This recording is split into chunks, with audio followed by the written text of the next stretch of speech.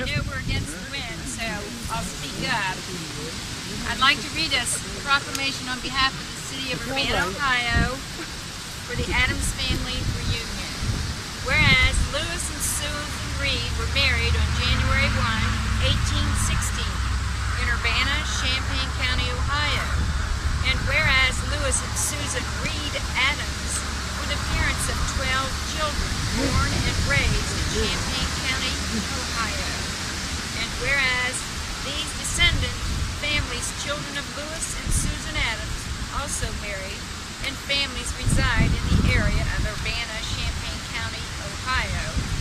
And whereas the descendants of these children and their subsequent generations of the Adams family unite here today in Urbana, Champaign County, Ohio, to celebrate the union of Lewis and Susan Adams. Now therefore, I, Ruth Circle, Mayor of the City of Urbana, Ohio, do hereby proclaim September 4th and 5th, 2010 as the Adams Family Reunion Days. In witness whereof I have hereunto subscribed my name this 4th day of September 2010 and cause the seal of the City of Urbana, Ohio to be affixed on this document. My pleasure to be here. Sure. Congratulations for all the years. Don't forget your families. Stay united. Children, take the lead. We need your help as well. Thank you. Yes, ma'am. We also have, can you hear me? Yes. We also have from the General Assembly, the state of Ohio, the Ohio Senate, honoring the Adams family on its 90th year family reunion. On behalf of the members of the Senate of the 128th General Assembly of Ohio, we are pleased to extend special recognition to the Adams family on the occasions of its 90th year family reunion, September 4th and 5th of 2010. This gathering is indeed worthy of celebration, and festivities are certainly in order as members of the Adams family assemble for the 2010 reunion. Those in attendance will have an ideal opportunity to share their pride in their common heritage. Moreover, in a climate of unity, they are sure to collectively reaffirm their belief that the integrity of a family can be maintained only when it is fortified by faith and commitment, when emotional support and encouragement abound, and when kindness, affection, and cooperation are plentiful. Our nation depends on cohesive families for survival and stability, and events such as this, which foster kinship, which prompt thoughtful consideration of the true meaning of love, loyalty, success, service, impress upon us the importance of creating households distinguished by the warmth, generosity, indulgence, and devotion. To their credit, the consciousness members of the Adams family have contributed a great deal of value to their respective communities, and they merit praise for shaping and inspiring so many lives. Thus, with pleasure, we congratulate the Adams family on this jubilant occasion and wish each of the participants a bright and rewarding future. Senator Bill Harris, President of the Ohio Senate, Senator Ray Miller, Minority Whip.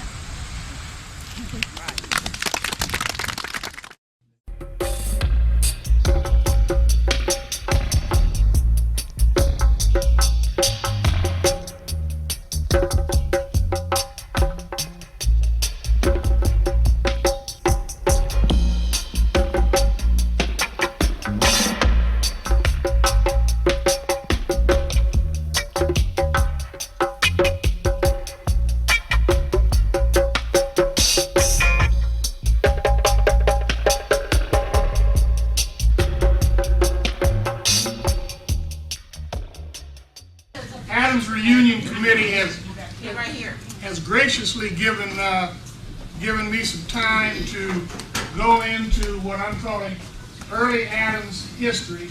The legacy, there we go, the legacy of Lewis and Susan Adams. And we're going to go from 1780 to 1864. So we're only going to talk about Lewis and Susan, 1780 to 1864, the beginnings of the Adams family.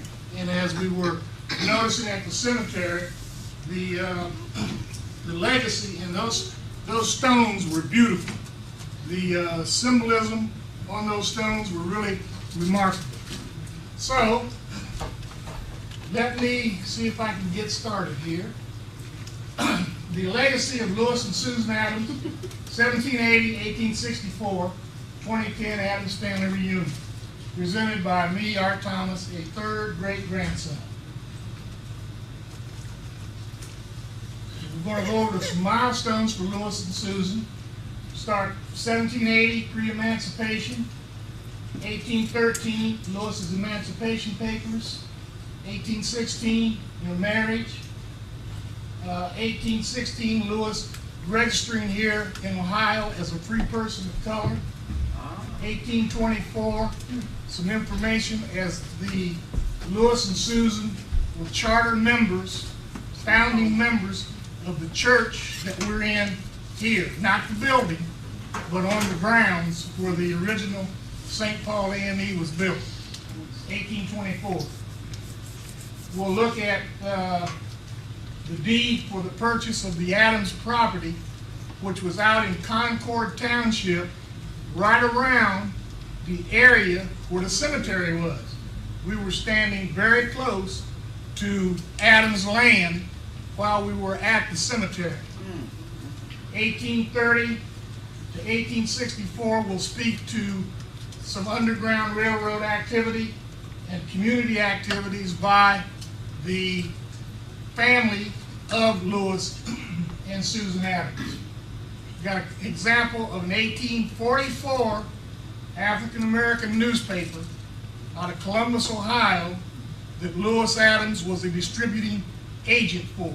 This guy is tremendous, man. I am so proud to be a descendant of Lewis and Susan Adams.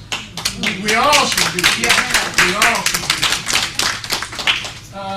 We've got 1848 and 1853 examples of civil rights cases where the Adamses were in the courts in the 1840s and 1850s. So civil rights and doing the right thing is nothing new to the Adams family in the 20th century. They were doing it in the mid-1800s.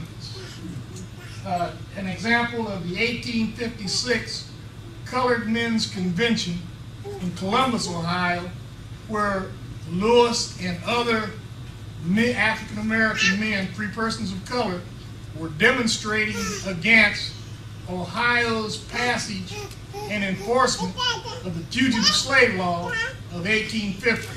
This guy was something, man. He had his hands in everything. He was really something. We've got the death notice from 1861 for Susan Adams in the Urbana newspaper. Now this is very unusual to see an obituary for a person of color in 1861 in a newspaper in Ohio. Very unusual.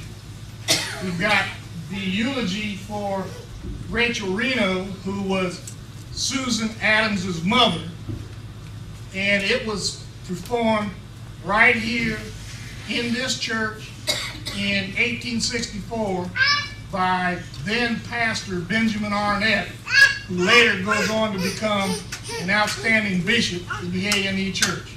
This was 1876. And then the estate settlement for Lewis Adams, showing the property that we were on today out there around the cemetery. Okay, the period of emancipation and prior period of enslavement. This paper here The background on this paper is to demonstrate the background of Susan Adams's great-grandparents, 1779, Revolutionary War. They left Virginia and went into Kentucky in 1779, and those of us who are interested in possible Native American ancestry in their Adams lineage, this may be a beginning. Note here, Mrs. LaForce, they were slaves of the LaForces, had an Indian, had a wife, a mulatto woman belonging to Mrs. LaForce. She came to Ruddles just before it was taken and on their way out, blah, blah, blah. But they had the Indians' children. This would be Susan's great-grandparents and uncles, aunts, and what have you. The Indians' children had pretty blue eyes, skin, either black, red, or white, and kinky hair. They were taken prisoner, and one of the children is now living out in Missouri. Now this is dated 1779. Wow. This is the listing of the slaves of the LaForces who were captured in Martin Station, Kentucky in 1780. Betty here, well, Betty, Hannah, and Candace are the slaves that we're interested in. Candace is Rachel Reno's mother, which would make her Susan Adams's grandmother. So this is Susan's grandmother, great-grandmother, and great-great-grandmother. So we're getting back into some time now. And we see Betty, a slave, captured. After the capture, she was taken in possession of the Indians. Hannah, a slave of Agnes and daughter of Betty, was taken into the possession of Frederick Fisher. Then our girl, Candace, slave of Agnes and daughter of Hannah, after her capture, was taken into possession of Captain Alexander McKee, an Indian agent. Now keep that name McKee in mind because that becomes somewhat important in Native American history in both the United States and Canada. Another document that we were fortunate enough to run across on the LaForce slaves is George Washington's papers. The George Washington, the President of the United States. And this PS down here, should the enemy send from Canada any Negroes belonging to Mrs. LaForce who lately came from thence, I pray your lordship to have them taken care of and sent on, that they may be forwarded to her in Virginia. Wow. So Mrs. LaForce is trying to keep track of her slaves to the point that she is requesting President George Washington get my slaves back from Canada and return them to me in Virginia. That's dated 1782. This paper here comes out of a file called the Draper Manuscripts. This is an interview of Rachel Reno taken in 1863 when she was over 80 years of age, an African woman born in, now for you Native American enthusiasts, born in Blue Jackets Town near Bell Fountain. That's right up the road here. Her mother having been captured in Kentucky by Shawnee. We saw that, the raid of Martin Station and whatever. Early went to live with Colonel Alex McKee family a little below Sandwich, Canada. And she goes on to talk about how Colonel McKee passed away. And down here she mentions her familiarity with Chief Blue Jacket and Chief Blue Jacket's son, George Blue Jacket, who went to an Indian school over in Piqua, Ohio. And George Blue Jacket's descendants recently had DNA testing done proving that Blue Jacket was not Marmaduke Van Swearingen, a white captive, but a true Shawnee. And your family has a connection here where she's mentioning George Blue Jacket. So this is some pretty deep stuff here. Now we go to Lewis Adams and his period of enslavement in Kentucky. The emancipation records for William Adams and the slaves that he freed. And this is interesting. Why did he free these named slaves and not these slaves down in the body here? There's some family connection here. Now what it is, we can speculate, but there's something going on. Lewis, born 1785, is to be freed the 15th of March, 1813. Millie, Harriet, and Simon are three suspected children of Lewis Adams while he was enslaved in the plantation in Kentucky. They're to be freed at later dates. And we have a document that's very interesting on Lewis's freedom and the subsequent freedom of those three children. We get the freedom. The freedom papers for Lewis Adams, filed in Deed Book L, page 134, Shelbyville, Shelby County, Kentucky. Known to all men present, John and Catherine Height of Jefferson County, and William Adams of Shelby County, free and manumit Lewis, Millie, Harriet, and Simon, who were mentioned on the previous slide. Lewis is to be freed from today. Now, this is one of the cruelties of slavery.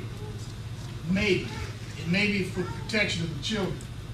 Lewis is freed from the present day. Millie, one of the daughters, is to be freed 26th of April, 1827. Now, this is 1813. She's not going to be freed for another 14 years. Harriet is to be freed January 1830. That's 17 years. And Simon to be freed in 1832. It's almost 20 years later. Now, whether those years are the years that they become of age and are able to support themselves, that's my speculation. It was really protecting Lewis's children. And of those three, we know of one who survived and did make it to Ohio. And we'll see some examples of her a little later on. But Lewis's freedom paper here, 15th day of March, 1813. Freed by John and Catherine Height and William Adams. John and Catherine Height. Catherine is John's daughter, and John is the son-in-law. So now we've got Lewis free. Okay, hit enter. And in 1816, we now have Lewis and Susan in Champaign County. And here is the page from Book A, Champaign County Marriage Records. Lewis and Susan Adams, Susan Reed. January 1st, 1816. Were married, Champaign County by so and so and so. This record here, when I found this was very interesting to me. I'm at the Champaign County Courthouse, and I say I'm looking for marriage record for some ancestors. And the lady says, well, I don't think there were any people of color in Champaign County that early. So when I found that record, I ran. You couldn't hold me back. I ran to this woman. Here it is. Here it is. Would you make a copy of this page for me, please? You know, they were here, 1860. As a result of Ohio's black codes, when they came into the Union in 1803, 1 year later, the state legislature passed the Black Codes of Ohio, which said any person of color coming into Ohio had to register that they were in fact a free person of color. And this is Lewis Adams's freedom registration papers on file in the Champaign County Courthouse, saying that he was freed the 15th of March, 1813. So this allows him to stay in Ohio as a free person of color. The 1820 census record, and this is another great record on free persons of color in early Ohio.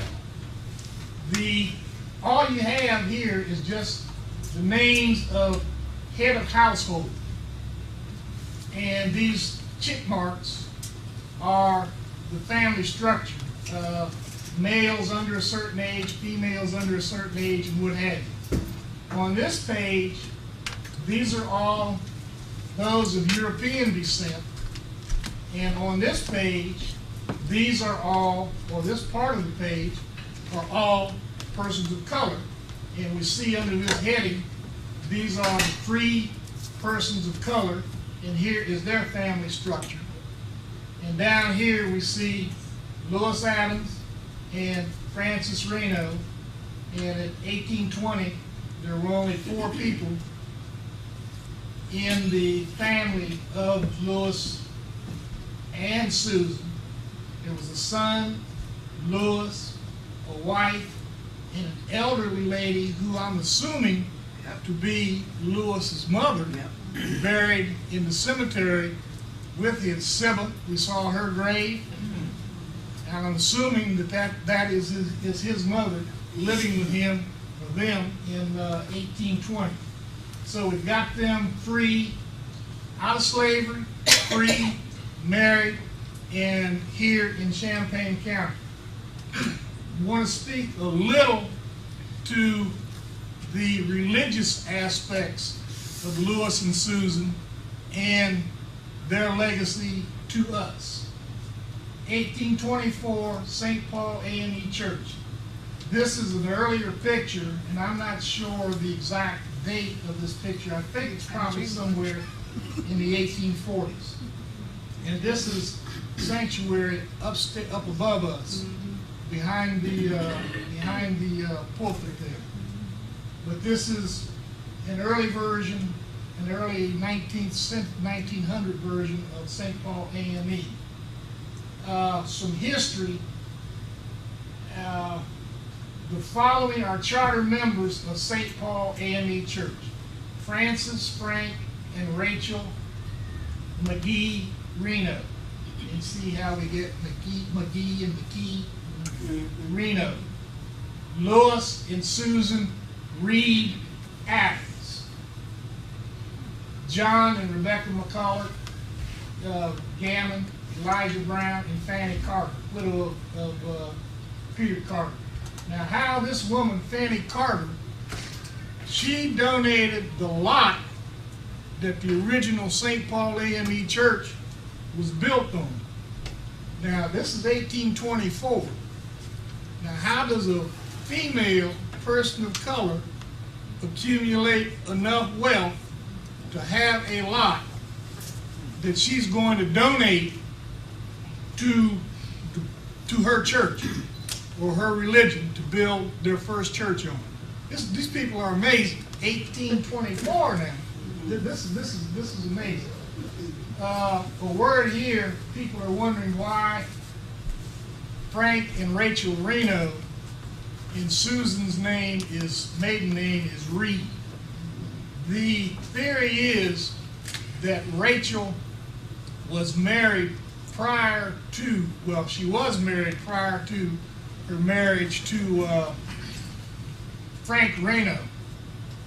It is believed that she was married to a Shawnee by the name of Captain Thomas Reed, who was in the area of Canada around Sandwich during the period that she would have been there. So it's believed that she gets her Reed name from Captain Thomas Reed, the Shawnee. But this is the establishment of the church. So now we move on again on the religious aspect. Another unusual document. An 1861 obituary for a person of color in a newspaper. Now, this is 1861 now. We haven't fought this. We're just beginning the Civil War. I mean, we aren't in too many newspapers anywhere unless we're stealing something or committing some kind of a crime. So it's a tremendous honor for her to have her obituary published in the Urbana Daily Citizen and Gazette in 1861. And it says, at the residence of her daughter in Urbana, on August the 31st, Susan Adams, colored. She was born in the year, and it's around 1800.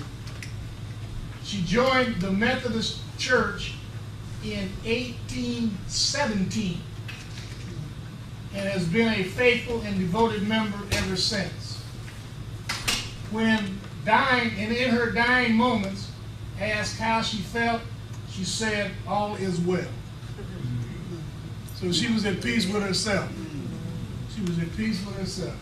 But this is highly unusual to come up with a newspaper article for a person of color at that period of time.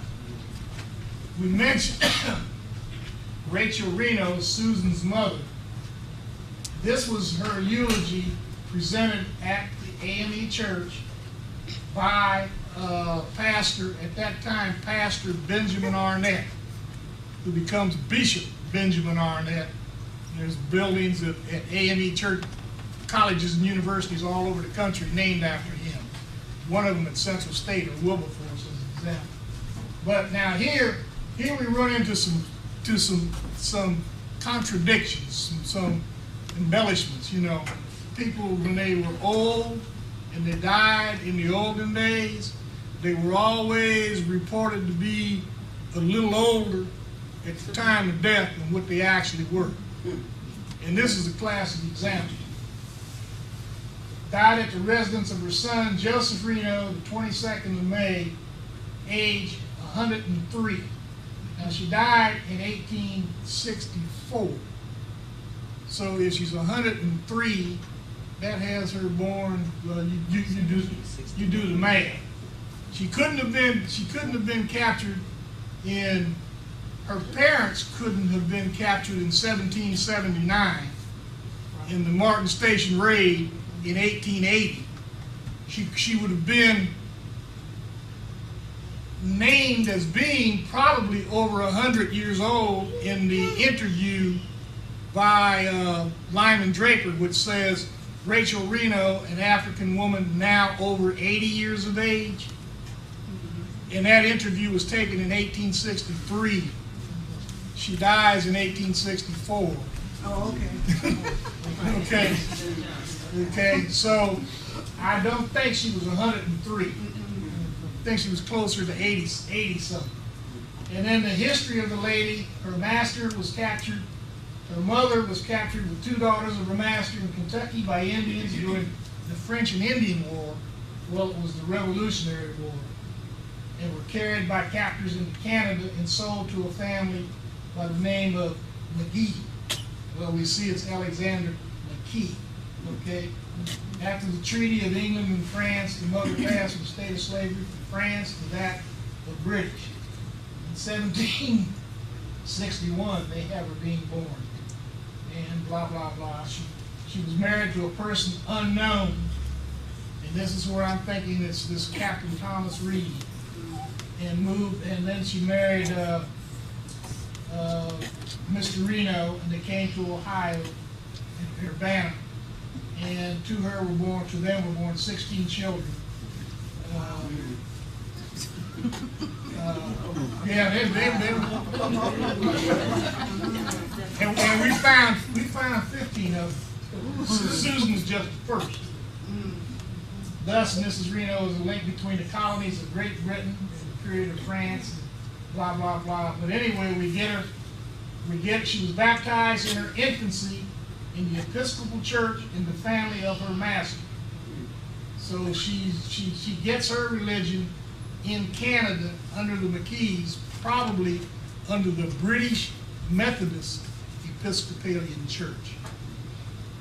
So we've got him in the church. He was confirmed by Bishop Chase, and she professed her religion for more than 80 years. Her husband, Reno, was a minister in the Methodist Church. And during the last year, she lived with her sons, and she died in Medina, Ohio, as it says, with her son, Joseph. Bear with me just a little longer. We're almost there. Property. This is a cabin that was built by Lewis Adams in Urbana somewhere around 1820. And I'm told this log cabin was right across the street where that parking lot is, where some of y'all have parked your car. And it stood, Cousin Bud will tell you, he remembers the house. It was there as late as 1948 or so, Bud? Not that late. 42? In the early 40s. Early 40s. But it withstood 120 years. An interesting story. I did a presentation on the Adams family to the Champaign County Genealogical Society. And there was a member of the audience who poo-pooed this house. Oh no, that wasn't built so-and-so, it couldn't have been, blah, blah, blah. A little lady in attendance, she said, yes, that house was there. A little white lady said, yes, that house was there right across the street from present-day St. Paul AME Church because I lived in it. Wow. She said when I was a child, my father, who was a veteran of World War I, and I guess he had been exposed to mustard gas, and he became infirm. They put him into the VA. The family was short of funds. They lost their property. The Walker brothers, who are Adams' descendants, took the family, loaded them up, took all their possessions, loaded them up, put them in storage, and brought the family to that house to live with a lady named Mrs. Strawther. And however long they lived with her, I don't know. She didn't say, but a year or so, she lived with them until they got on their feet. And she said, and I attended St. Paul AME Church across the street from that house with the Strawther family. So the house was there in the late 30s and early 40s, but that's the home that they built in Urbana in around 1820. This is the deed of conveyance for the property that Lewis Adams bought in 1829. This man he was freed in 1813 now. Freed in 1813, and he's buying property in 1829. Not only is he buying property, he's buying 200 acres of property. Whoa. In section 23, township 4, range 12, between the Miami River and whatever. Anyway, we were on that land, or very near that land today, when we were at Johnson Cemetery. Right. We were on those, or near those 200 acres. Here's an 1857 map of Concord Township in that area. And here's the Adams property. Lewis, William, Miles. This is the daughter of Lewis Adams, one of those who was on the Freedom Papers. She and her husband had land next to them. and the fella, Richard Stanhope Stone, the Revolutionary War veteran. This was his land, right adjacent to Lewis Adams.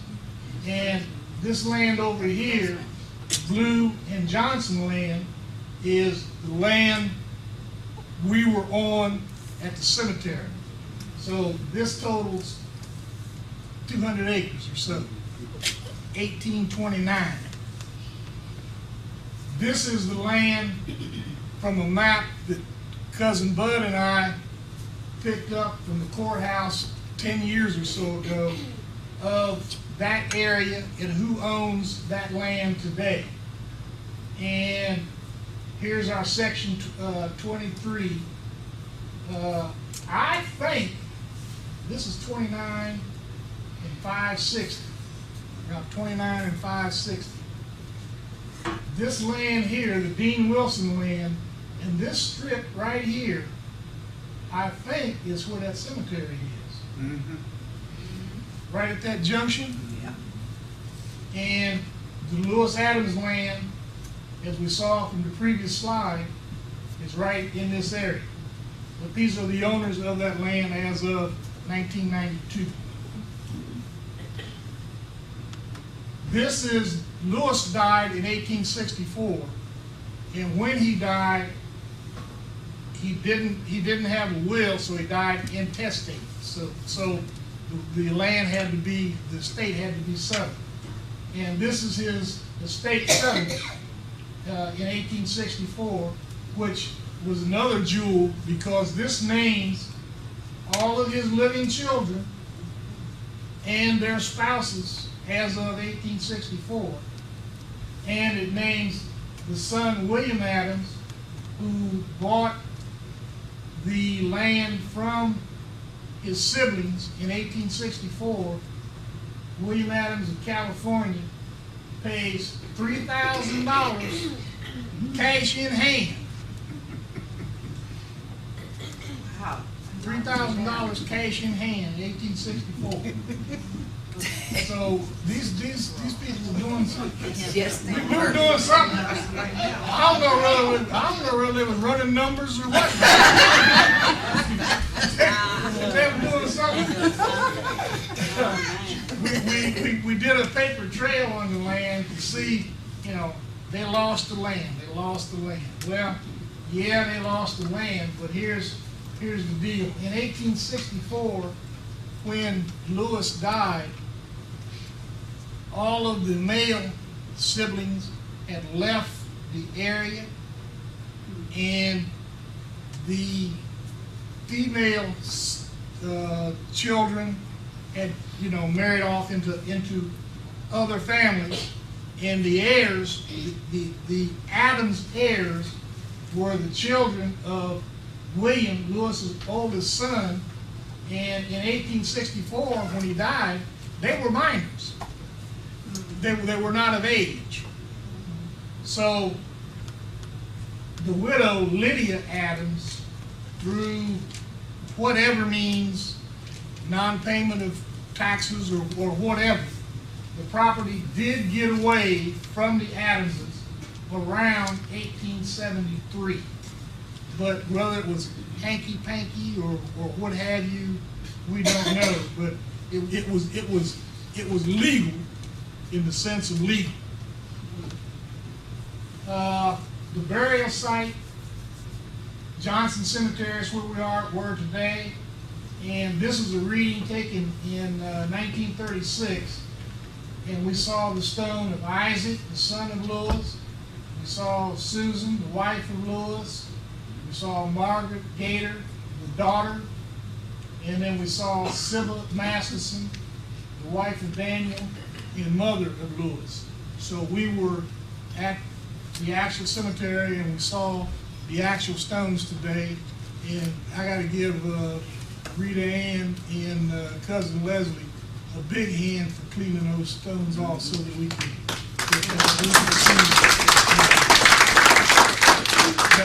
that's something.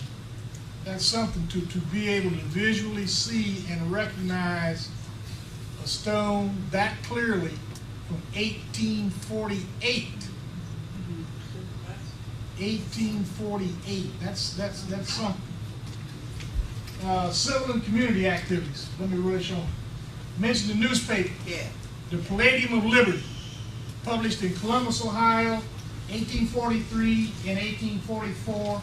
It was one of the first African-American newspapers in the country. Lewis Adams down here from Urbana, is a distributing agent of that newspaper. And if it was bigger and you could read the names of these agents and where they're located, it's a who's list of Underground Railroad operators and conductors throughout Ohio and the eastern seaboard. So he was in high cotton with distribution of the Palladium of Liberty. An example of the black codes. Joseph Reno, a brother-in-law, not a brother-in-law, a son of Rachel, brother-in-law, of Rachel and Frank Reno in Medina, Ohio, where she died in 1848. He helped ferret out a thief and had him arrested, and fearing he would not be able to testify in court, induced some white men to testify against this thief, and the judge looked at him and deemed that he was a Negro upon inspection and refused to allow him to testify. At that time, the laws of Ohio, Negroes and mulattoes were not competent witnesses where a white man was a party to a crime. So this is an example of the Ohio black codes in effect. And this is one of your ancestors, Joseph Reno, who was perpetuating this case. In 1853, William Adams, one of the sons, David and Levi Stanhope, sons of Stanhope, who was buried out there at the cemetery, they caused a riot here in Urbana in 1853, according to this, and they were taken to court. And the story behind the riot is that the Adamses and the Renos and other Underground Railroad operators were trying to move a group of fugitive slaves through the area northward, and they had to create a disturbance, because slave catchers were on the heels of these runaways. Hence, your folks started a riot in 1853. There's some bad people. Mentioned the Colored Men's Convention in 1856. And here again, Champaign County, Lewis Adams and one of his sons, Francis Adams, Champaign County agents. And this was a group, again, of very influential African-American men protesting Ohio's involvement in the enforcement of the Fugitive Slave Law of 1850. And again, reading these names, Rita Ann can tell you there's Poindexter and all the guys from Columbus and Cleveland and wherever, J. Mercer Langston, the names that you read about, and there's your ancestor right there among them, raising Cain again. To kind of document the Underground Railroad involvement, the son, David Adams, the youngest son of Lewis, a documented Underground Railroad operator and conductor, was interviewed by Wilbur Siebert, and this is his interview. And he said, David said, and he was born in Urbana. He lived in the vicinity until he was 21. He went in Springfield in Clark County, and incidentally, we have a copy of his marriage record in Clark County where he got married in 1848. Time? This is the last one. Okay.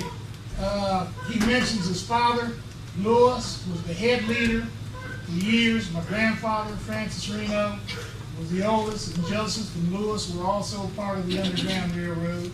And he cites one example of them hiding some fugitives in the cellar or in underground, and hiding from some slave catchers coming through.